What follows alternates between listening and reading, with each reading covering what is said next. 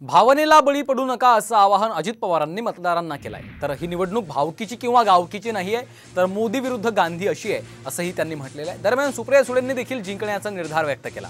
मी शारदाबाई पवारांची नात आहे, रडणार नाही तर लढणार आणि जिंकून दाखवणार असं सुप्रिया सुळे यांनी म्हटलेलं आहे।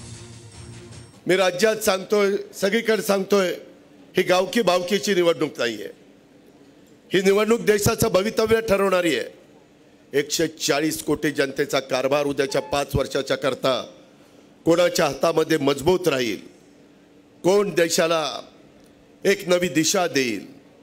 देवेंद्रजींनी सांगितलं तसं नरेंद्र मोदी वर्सेस राहुल गांधी अशी निवडणूक आहे। कारण नसताना त्याच्यामध्ये भावकी आणण्याचा प्रयत्न केला जातो, कारण नसताना मतदारांना भावनिक बनवण्याचा प्रयत्न केला जातो।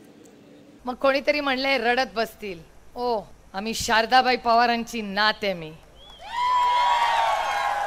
माझ्या आजीनी कुठलीही परिस्थिती आली तरी मला रडायला नाही शिकवलंय, मला लढायला शिकवलेलं आहे। त्याच्यामुळे पूर्ण ताकदीने आम्ही लढू।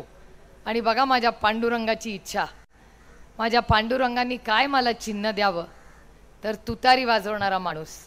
किती मोठे शुभ संकेत आहेत बघा।